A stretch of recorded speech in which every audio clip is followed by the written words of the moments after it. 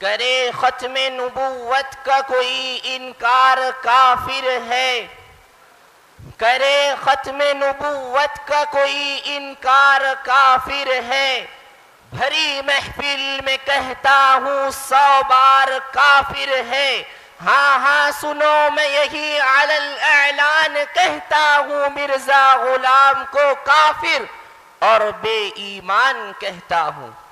صدر محترم اور سامعین باتمکین، آج میری تقریر کا عنوان ہے ختم نبوت کی اہمیت۔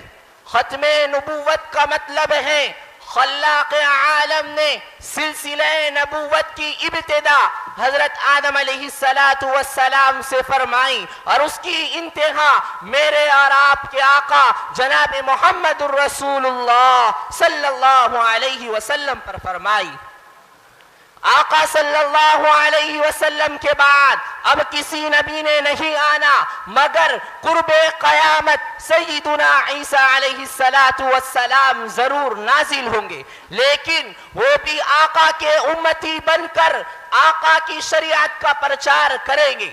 اسی طرح حضور صلی اللہ علیہ وسلم کے ختم نبوت پر قرآن کی 100 آیات وارد ہوئی ہے۔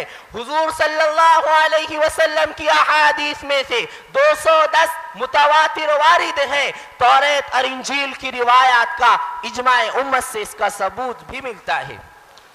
اللہ تبارک و تعالی نے اپنے کلام پاک میں ارشاد فرمایا هو الذي ارسل رسوله بالهدى ودين الحق ليظهره على الدين كله کہ میں محمد صلی اللہ علیہ وسلم کے دین کو تمام ادیان پر غلبہ عطا کروں گا۔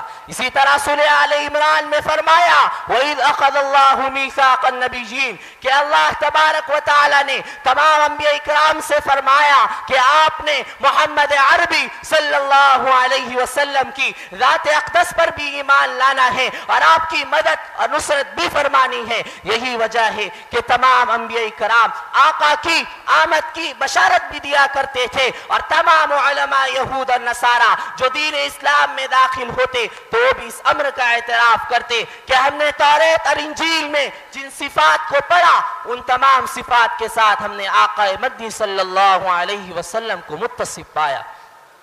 عزیزان اکرامی، آج کے اس دور میں شکیل بن حنیف نے یہ دعویٰ کیا ہے کہ وہ نبی ہے۔ ارے وہ نبی کیسے ہو سکتا ہے؟ ہرگز نہیں، کیونکہ اللہ تبارک و تعالی نے آپ صلی اللہ علیہ وسلم کی ذات والا صفات میں عدل، انصاف، اخوت، محبت، ہمدردی، غمگساری، جمال و کمال، حلم، بردباری، فیاضی، سخاوت، صداقت، امانت، رحمت، شفقت، انابت، خشیت، عاجزی، انکساری، شجاعت، بہادری، عزم، استقلال، قناعت، توکل، ایثار و قربانی، رحم و کرم، عفو و درگزر کے سارے اوصاف اس طرح اکٹھے کر لیے تھے کہ جن کا شمار کرنا بھی بشری طاقت سے باہر ہے۔ عزیزان اکرامی، میرے نبی آخری نبی ہے، ان کے بعد کوئی نبی آ نہیں سکتا۔ میرے نبی کے سر پر ختم نبوت کا تاج ہے، اس تاج کو نہ کوئی اتار سکتا ہے اور نہ اس تاج پہ اٹھنے والی نگاہ سلامت رہ سکتی ہے۔ اس تاج کے خلاف مسلمہ کذاب آیا تو حضرت ابوبکر صدیق رضی اللہ تعالی عنہ میدان میں موجود تھے۔ اس تاج کے خلاف مرزا غلام احمد قادیانی آیا تو وہ بھی تباہ و برباد ہو گیا۔ اس تاج کے خلاف شکیل بن حنیف بھی آئے گا تو وہ بھی تباہ و برباد ہو جائے گا۔ الغرض میرے نبی کے سر پر ختم نبوت کا تاج چمکتا رہے گا، دمکتا رہے گا۔